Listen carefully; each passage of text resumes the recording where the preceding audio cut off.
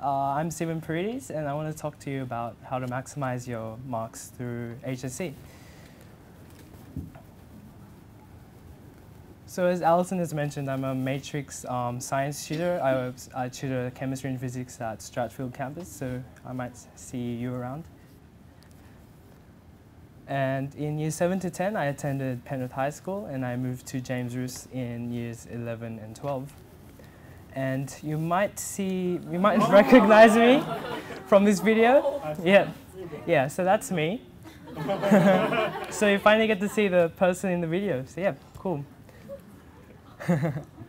Subject-wise, I studied English Advanced, 4 units of mathematics, physics, chemistry, and as a more relaxing subject, I studied continuous Japanese. And right now, I'm studying combined medicine, advanced science at University of Sydney. So some of my hobbies include playing the guitar. I really enjoyed learning that in year 8, so I took that up and just fell in love with the instrument from then on. And I also have a deep love for anime and manga. So after the trials, that period of time right before HSC, I alternated studying with watching anime and manga. And as a side note, anime is helpful for my Japanese. Yeah.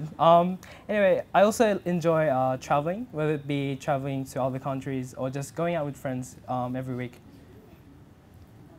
So firstly, I want to talk to you about career decisions. What career inspires you and why you want to do that career. So for me, personally, I think I chose medicine based on a few criteria. Firstly, I do have that innate passion for science. I remember in year 5, we were learning about the respiratory system and just was so fascinated by the complexity of the human body. And so that really sparked my interest for science. And studying science in high school further helped spark that interest. Also, I believe that the medical pathway career is really unique because firstly, it's evolving. There's constantly new technology being introduced and to help new diseases, but also new diseases are happening. So we have different research to go into the treatment of those diseases and prevention. Also, it's an engaging career. I think having that personal interaction with patients, fellow doctors and nurses is really stimulating for you as a person, and also you're constantly studying, building new knowledge, and that also just helps to satisfy me personally, my lust for knowledge and understanding of the world around me. And also, lastly, it's about the workplace environment as well. Personally, I don't prefer sitting down at a computer all day at an office. So yeah, being at a hospital or at a clinic just gives you so much variety of tasks you can accomplish. Also, the medical career does give you that sense of personal satisfaction, so from helping others. So for me, I've been volunteering at St. John's Ambulance Cadets, so it's like a first aid organization, and that just really helps you help others performing first aid, and gets you really satisfied from doing that. So yeah, I want to continue that, and the medical career helps me to accomplish that.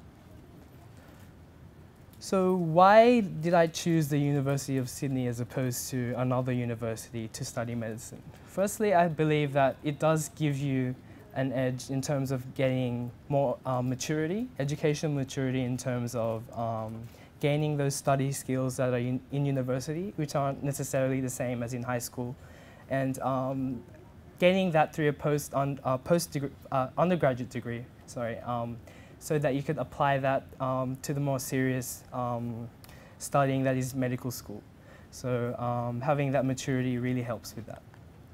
And also, it gives me a flexibility to pursue my other interests. So as I mentioned before, I studied Japanese for year 7, for year 12. I've been studying it since year 7, and I want to continue that interest by pursuing that at university. And also, over the years, I've come to have a deep appreciation for chemistry, so I'm studying chemistry as well at university, just to give myself more, give the university a more interesting vibe to it. So yeah, so those are the two main reasons why I chose the University of Sydney. So what about you? So think about what sparks your interest, what your aspirations are for the future, and try to research different career pathways. Yep. So now I wanted to talk about the HSC, just give you a few tips for how to deal with things. So firstly, I want to give you some of my study tips. The first most important study tip I can give you is to establish your goals. So firstly, you should think about your short-term goals. For example, completing homework tasks or writing study notes for your next exam. And then you can also focus on your long-term goals. So the more ambitious goals, such as that ATAR that you wanted or that career you wanted to go, So yeah, I'm not sure if you've been to the Polaroid room where you can take a Polaroid shot of your goals. And yeah, so if you haven't been there, it's really good opportunity. You can stick that on your wall and reflect on that. And also there's a competition, Polaroid competition. So you can be up in the running for a Polaroid camera if you go there. So yeah. Secondly, I want to talk about establishing study habits. So this applies to year 11 and 12. So are there any year 11s in the room? Hands up. Wow, cool. Almost half of the room. So for year 11s, year 11 is a time of high school which doesn't count towards your final mark. So it's really important to experiment, make mistakes during year 11. So firstly, with study habits, establish where you prefer to study. So do you prefer to study at the library? Do you prefer to study at home, at a quiet room free of distractions? Also, when should you be studying? So some people, like my mom, for example, she likes to get up early at 4 a.m. in the morning to get about like a couple of hours of study done and then go back to sleep, wake up, refresh for school. For me personally, I don't find that effective. I'm not a morning person. So I prefer studying after school at night. So yeah, try to work out what works best for you. Thirdly, try to establish the frequency of your study. So how often will you be studying? Will you be studying 3 hours a day, 4 hours a day, 5 hours? Will you be studying every day? Will you study on the weekends? So establish that. And for me, what helped, personally, studying every day is important, but also have a free day where you don't do much study, just to give yourself time off school, so you can clear your mind. Also, establish when you'll be having study breaks. So for some people, they like to study in 1 hour blocks, like myself. And then after that, have a break, 15 minutes, watch TV, eat food. I like going to the refrigerator a lot during the study breaks and just opening that up. So yeah, have breaks, they're really important. You don't want to burn yourself out by not having breaks and constantly studying, because that won't be an effective use of your time. And lastly, I want to stress the importance of studying not only individually, but also as a group, having that collaborative study. So firstly, when you're learning a concept, studying individually is the way to go. Try to sit down and make sure that you have a clear understanding of the concept.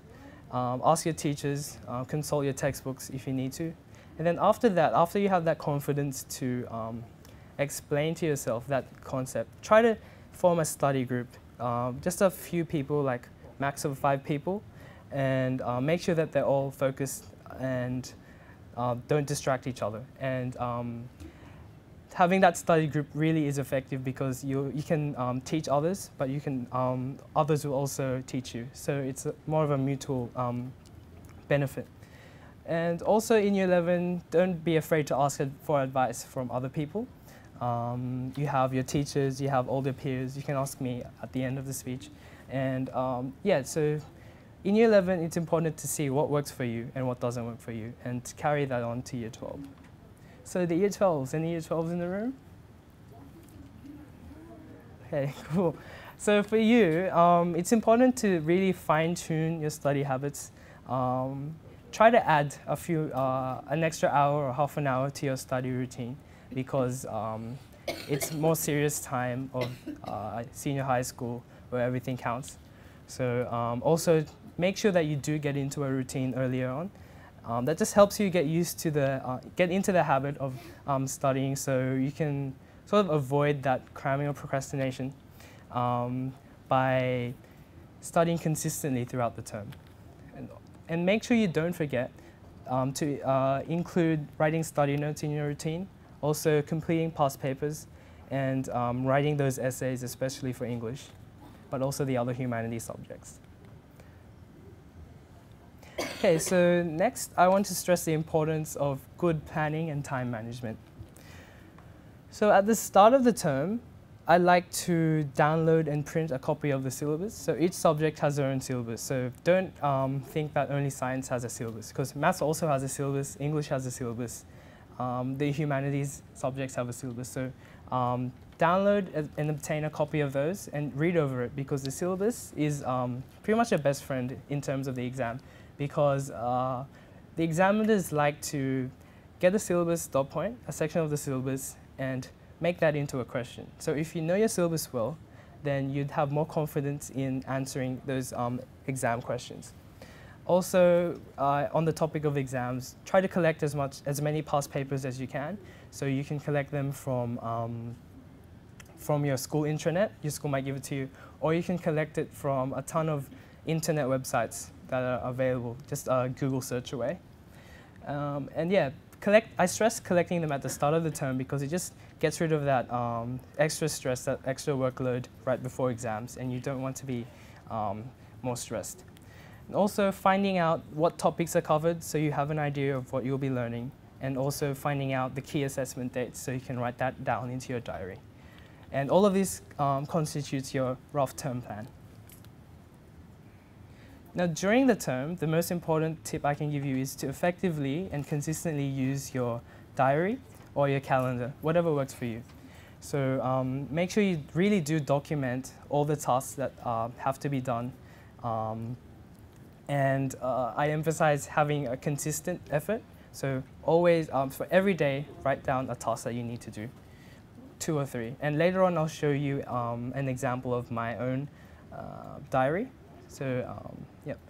Also, with regards to setting deadlines and prioritizing everything, again, using your diary effectively, using your calendar, highlighting stuff, so you know when in the term certain things are due, and prioritizing writing essays or doing an assignment over writing study notes or doing exercises is important.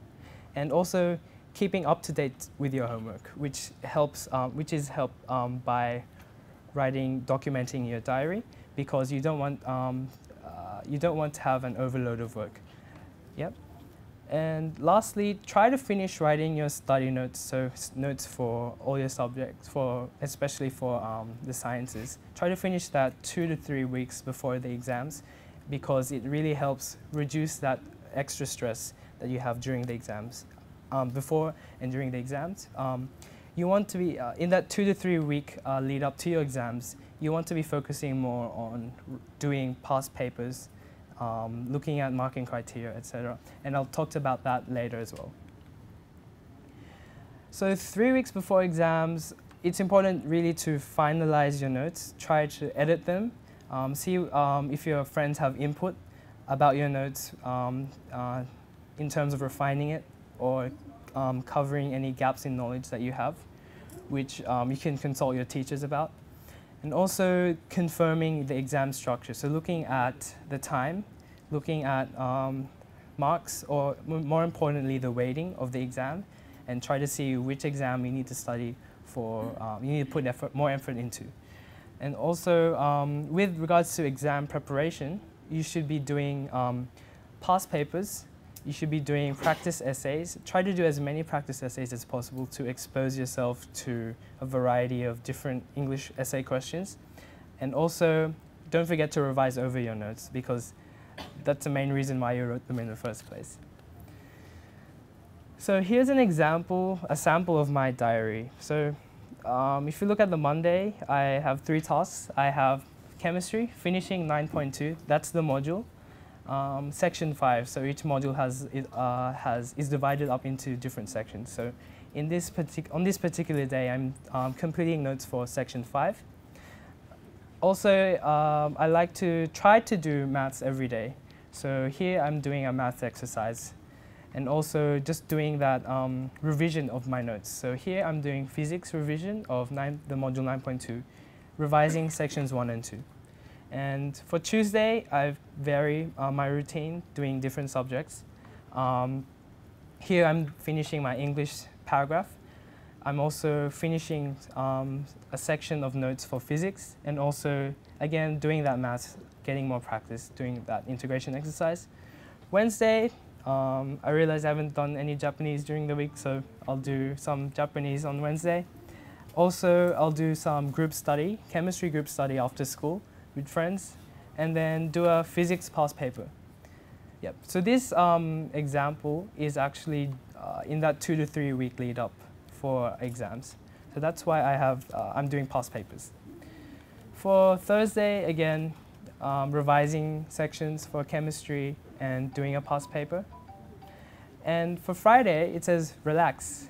So what that means is I try not to do any work on Friday and just clear my head of school and just relax and reflect at the end of the week on all the work that you've done. And yeah, give yourself time for yourself. Give time for yourself. Saturday and Sunday are my catch-up days mostly. So if I've realized that I forgot to do, for example, physics notes, then I'll shove that into Saturday or Sunday. I also do allocate other tasks for Saturday and Sunday as well. So I have mathematics past paper. I'm trying to finish my English essay, and same for Sunday. I revise some of my physics and shove in a UMAT practice exam. Yeah, so as you can see, during the week, I've covered most of my subjects, and I've done some past papers as well. So now I want to talk to you about study routine, so specific subjects and important tips I can give to you about them. So firstly, about English. It's important that you really do understand the module. So look at the rubric, which is a syllabus, and examine that and see what is being asked of you, because that constitutes the essay questions in the exam. So if you look at the rubric, for example, in belonging, there are different phrases in there from which they can write exam questions. So what I did was I looked at those phrases and looked at the phrases that haven't been asked before in past HSCs. And that formed my prediction of essay questions. It might not always work, but luckily for me, for my HSC, I predicted one of the essay question was part of my prediction list. So yeah, try also to start your essay as early as possible. That just gives you more time to revise your essay, to keep editing that, and gives you more time to practice writing out your essay. And also writing different practice essays, answering different questions. It's important to gather a question bank and look at trying to answer that question in terms of changing your essay around. So the most important thing is changing your introduction and the topic sentences. So for me, I actually didn't write an introduction. And for my topic sentences, I just had an idea, but didn't have a solid topic sentence. So when I came into the exam, I completely wrote my own introduction from scratch, and also tried to incorporate the question into my topic sentences as well. With English, a lot of people do choose to rote learn. So you could rote learning quotes, or rote learning the discussion that goes with the quotes. This might be effective. It can be effective as long as you ensure that you do change your discussion to suit the question. Yeah, because all the markers are trying to see is they're trying to work out how well you answer the question. So for English, make sure that you do answer the question and don't just write down your rote learned essay, because that won't give you the marks. Moving on to maths. Maths involves a lot of practice, involves a lot of exercises. So make sure that you don't let your homework pile up. So what I did for myself was I set myself a daily 1-hour challenge. So what this entailed is going to the library, sitting down for 1 hour and trying to do all my math exercise in that 1 hour. So at first, I wasn't able to do it all in that 1 hour because I was slow and needed more practice. But you'll find that eventually you'll reach a point where you're not only accurate but also quick in thinking of how to solve a question. So that's really effective. Also, doing those past papers are important in math. Make sure that you really do abide by the strict time limit, and also try to mark your work. You have to mark it so that you know what mistakes you've made. And with regards to past papers as well, the internet has heaps of past papers. Just Google that and you'll come up with heaps. Lastly, what I did, which was different to what other people did, was I wrote my own notes for mathematics, which might sound weird, but I found this really effective. I wrote down all my mistakes that I found from marking past papers, but also from doing the exercises. I also wrote down difficult questions that I came across and the methods to solve the difficult questions, but also looking at different approaches to a question. So each question can have a multiple number of methods to solve that. So try to familiarize yourself with different methods of solving a question so that when the exam comes, you know that you have the confidence that you know how to tackle that question in the most effective way you can. For the sciences, I do emphasize progressively writing your study notes throughout the term. So if you've covered one section of a syllabus at school in the first 2 weeks, make sure you keep up to date with writing your notes within that first 2 weeks for that first section. Finishing your notes early is important as well, just to give you more time to revise over your notes, to edit your notes, and also just to complete, to do past papers as well. Also for sciences, I found what was effective was forming study groups just every week. So for me, I finished school early on Wednesdays, so I went to a library with a few friends and we just went over syllabus, we went over theory, we asked each other questions, we looked at exam questions and looked at how each person would tackle that exam question, and that just really helps to expose you to a variety of ways of dealing with the exam and looking at exam techniques. Also, it's important that you do past papers, but not only doing the past papers, but also looking at the marking criteria and marking your own work strictly to abide by that marking criteria.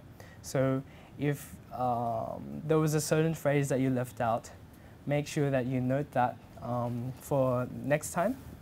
And for to increase the quality of your responses as well, online there's heaps of model responses, and I think Matrix also gives you a lot of model responses as well.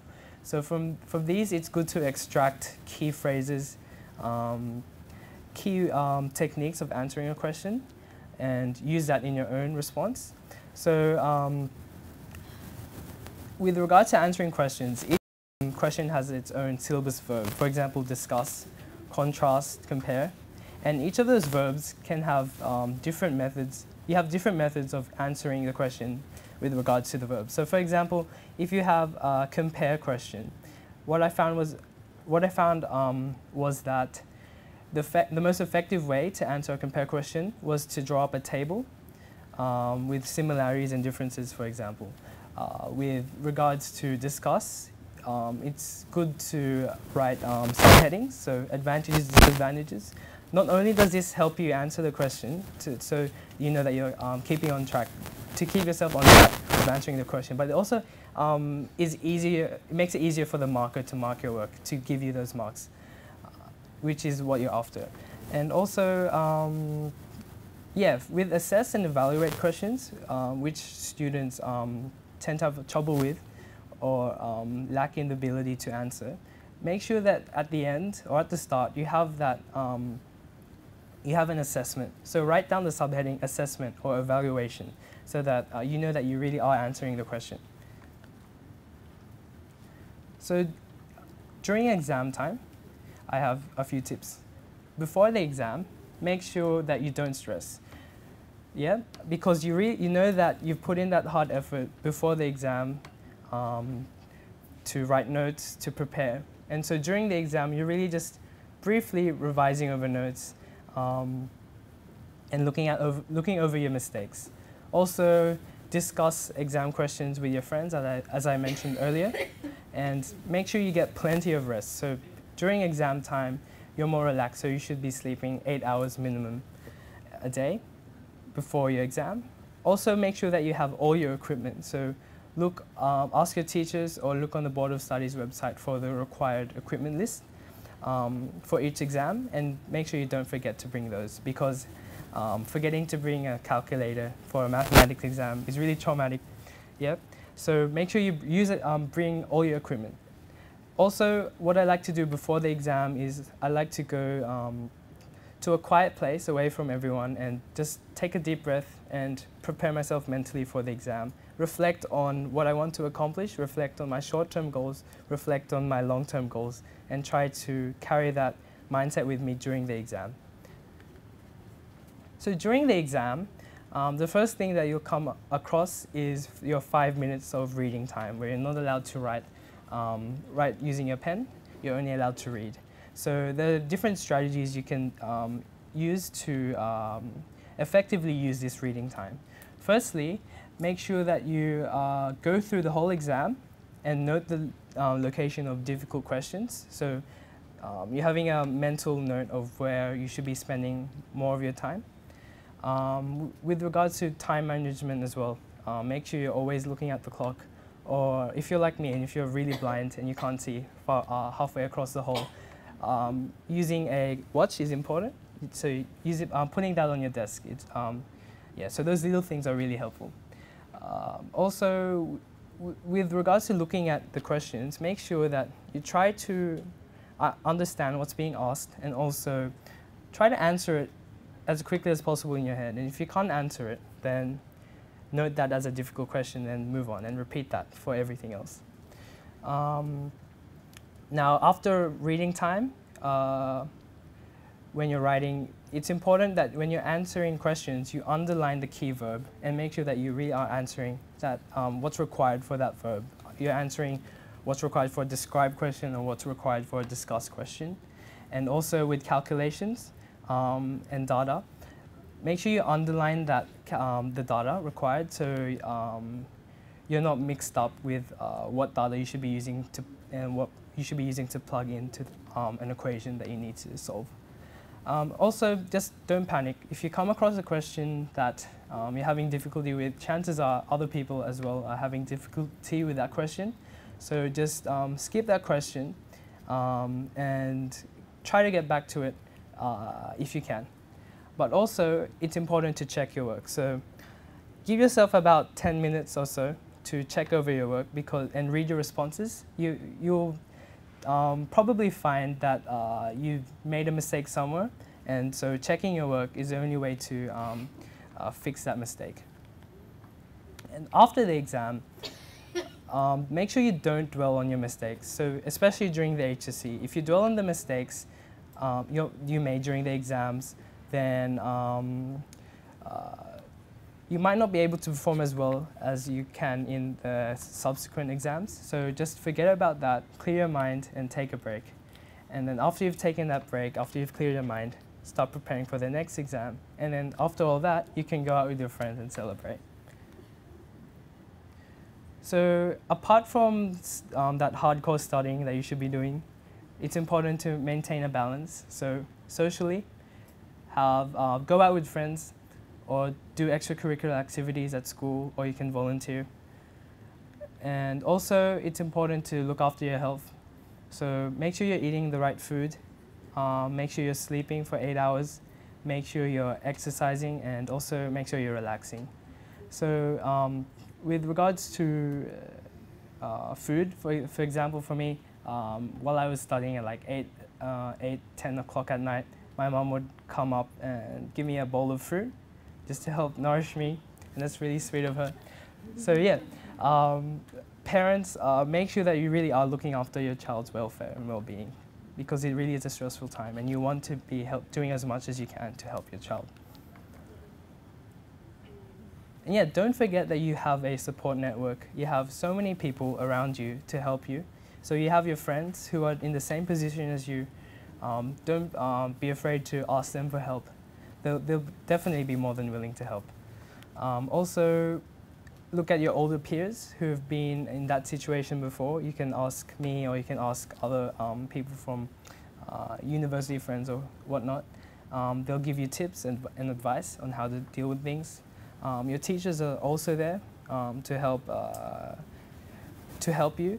For example, especially in English, your teachers are there to help mark your essays, give feedback, and also for all the other subjects, just to help they'll give you study tips, or they'll help clear gaps, fill holes in your knowledge. And also, again, your family is there for your moral support.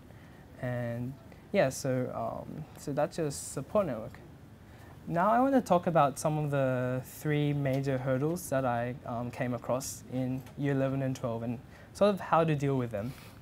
So firstly, overcoming your overwhelming workload. So from year 11 to 12, there's quite a big gap quite a big increase in your workload, and if you don't overcome this, then it'll be too overwhelming.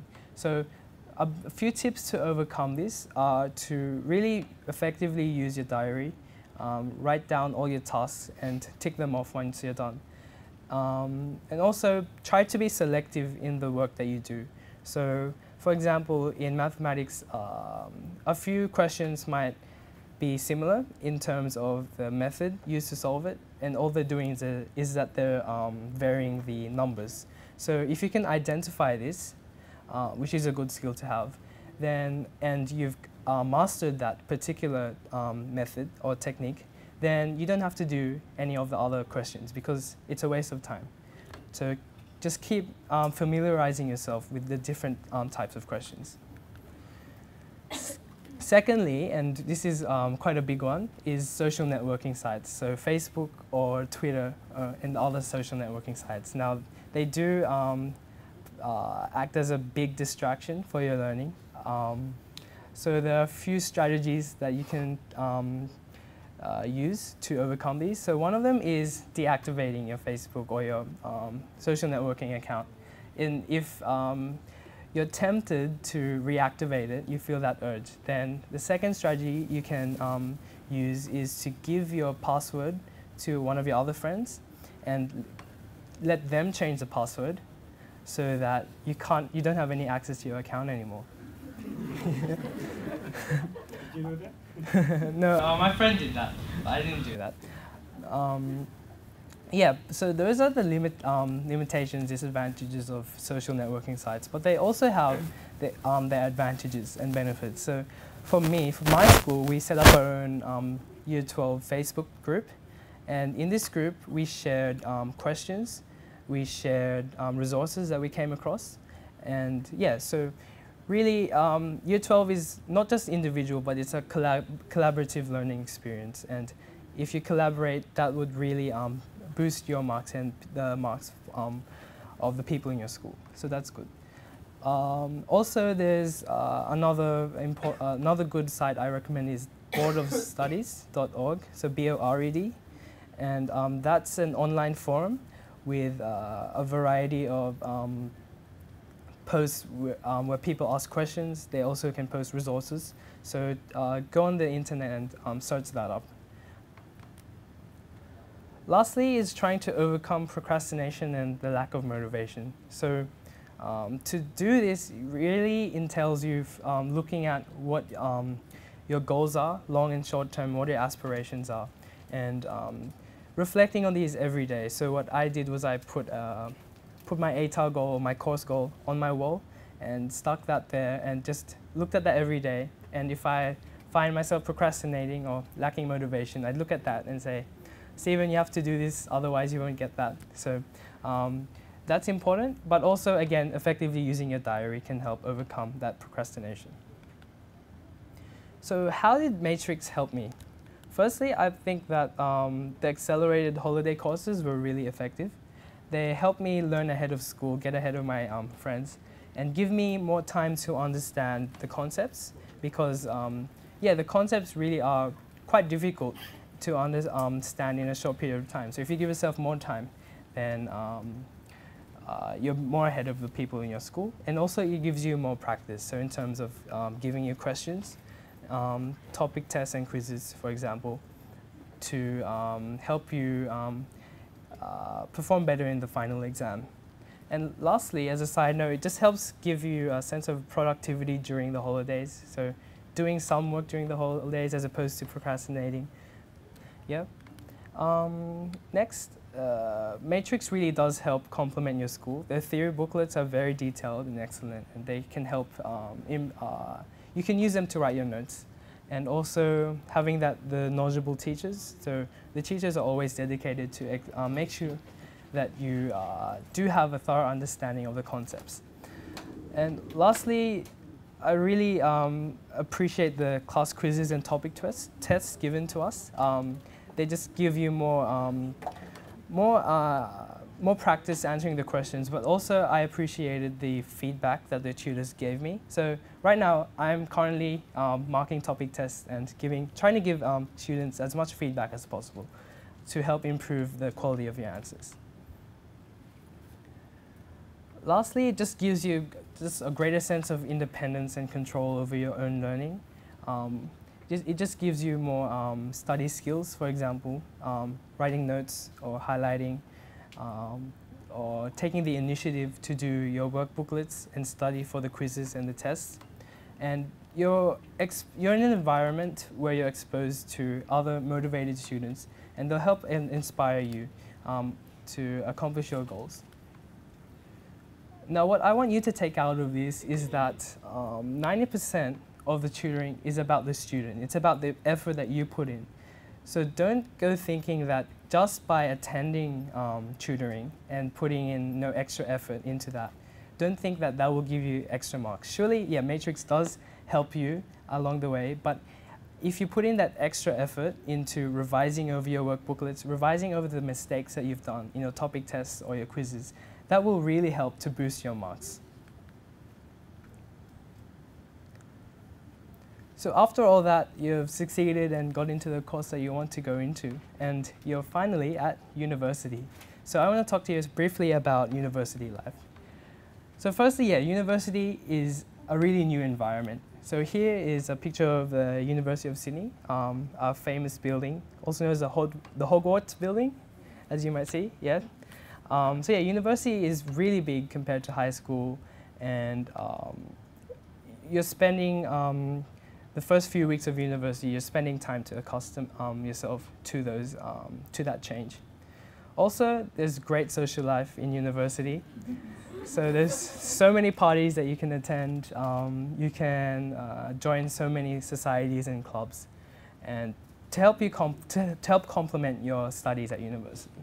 And lastly, it just gives you a greater sense of independence.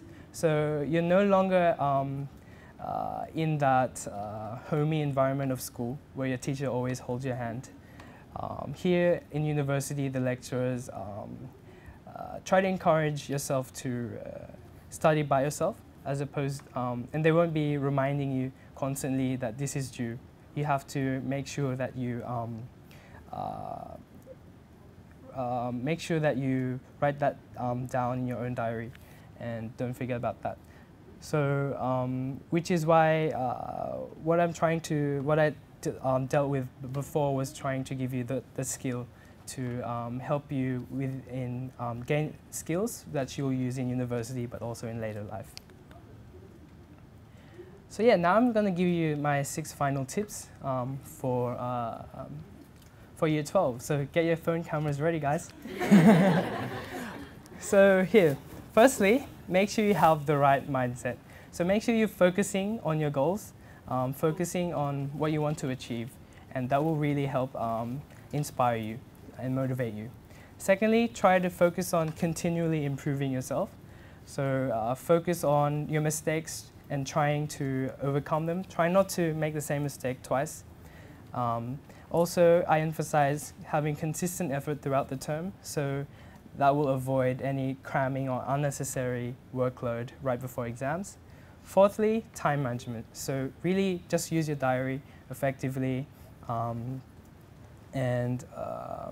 it will help you deal with tasks in school. Also, having that thorough exam preparation, so making sure you mark your own answers, compare that to the marking criteria, and that will really help boost your marks. And lastly, but most importantly, make sure that you do maintain a balance between school, your social life, and your well-being. So yeah, I hope that this has been quite an informative talk, and I hope I've not been too boring. So if you have any questions, feel free to ask them.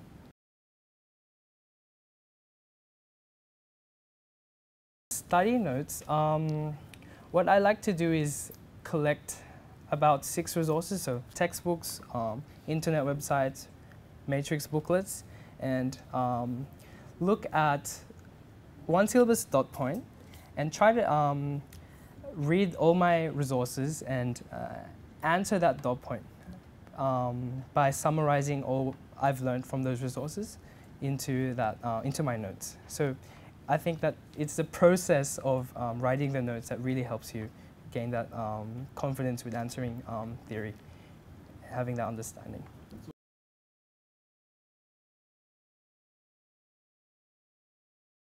For marking criteria, you have, for the HSC exams, they're all on the internet, the Board of Studies website, BOARD website. Also, the school exams they also should be accompanied with marking criteria as well, if you just look for that. Languages really is just about practice and rote learning, so make sure that try to give yourself time every day just to go over vocabulary. Also, there's different ways of studying a language. For example, watching anime. Yeah. You can read texts. You can watch news. SBS has a lot of different news from different countries, so that's really good.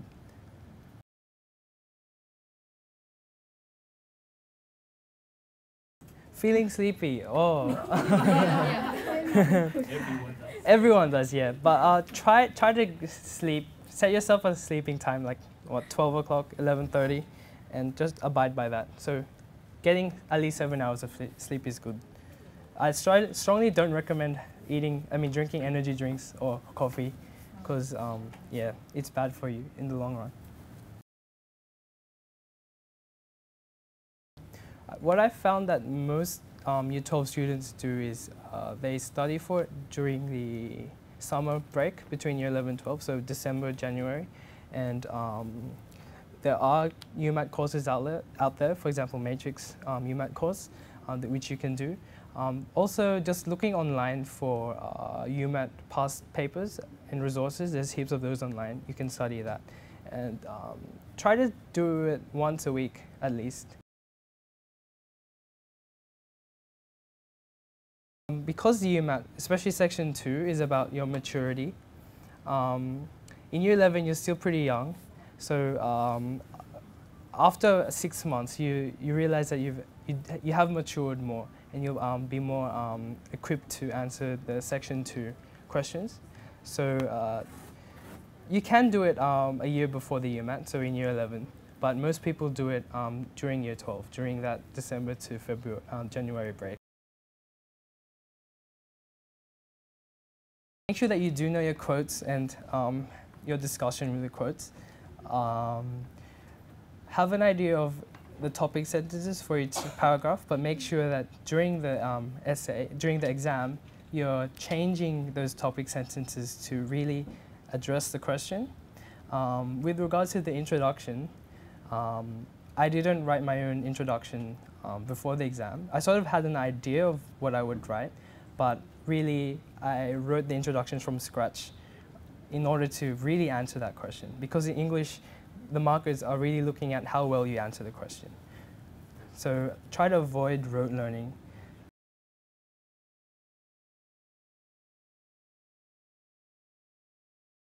what you can take out from the English is the skills, not the content, but the skills and the techniques, and try to apply that to school.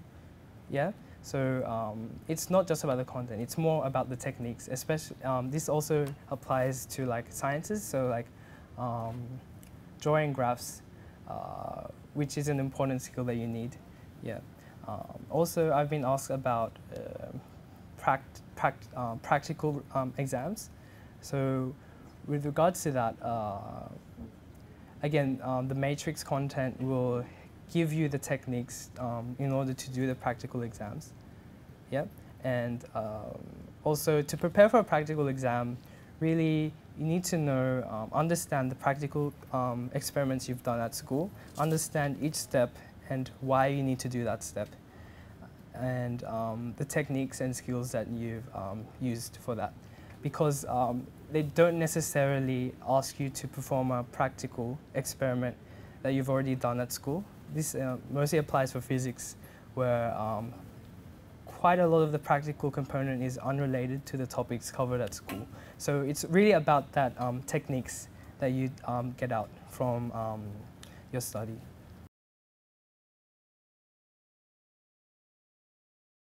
Make sure that you do prepare for the interview. Online there's questions that they have, which might not be asked in the interview, but just practice that with your mom or your dad. Practice being confident, and try to communicate your own personality, because that's really what they're after in the interview.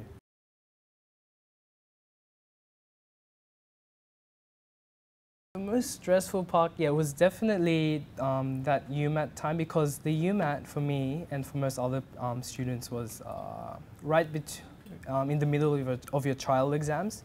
So you're having to juggle between UMAT study as well as study for school.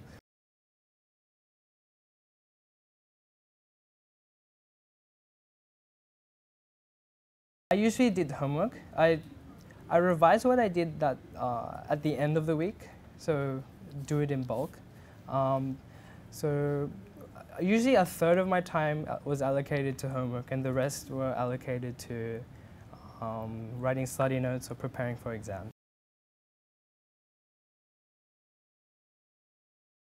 I recommend at least 4 hours, but for me, I study about 5 hours a day. That includes after school, but also like before school. So if you do turn up to school early, use that time effectively. Try to do some of your homework or revise. Yeah.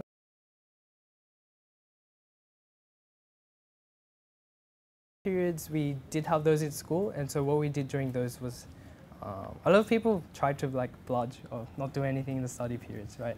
But it's important to note that in Year 12 you have so much work that you need to do, so use the study periods effectively. Try to not keep distracted. So go, if you have to seclude yourself from everyone else, do so.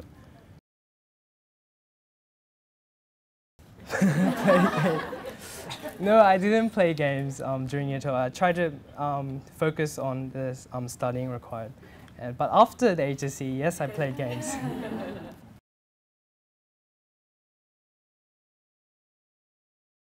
My UMS score was 80 percentile. Compared to my friends at school, it's relatively low.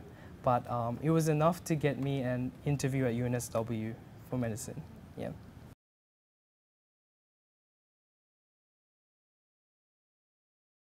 Depends on the workload that's required. So 5 hours is good on the weekends. But if you have extra work to do, then you naturally would increase that.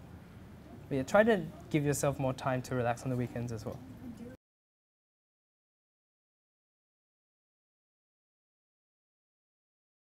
Just try to go out with friends and revising over work that you've done during the term as well.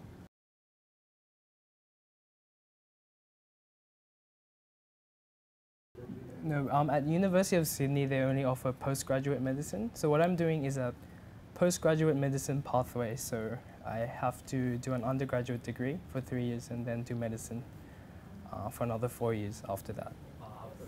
After I finish my science degree. Yep. Yeah, 7 years is pretty long.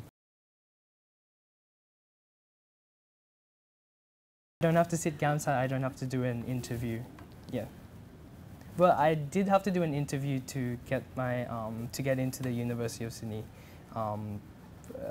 program, but the interview was pretty relaxed. It's not like a proper UNSW style interview where you have two interviewers sitting in front of you. For my interview, it was actually a group interview. So there's 6 candidates and 1 interviewer, and you just had a casual conversation. Yeah, so I found that was a good interview, best interview I've had.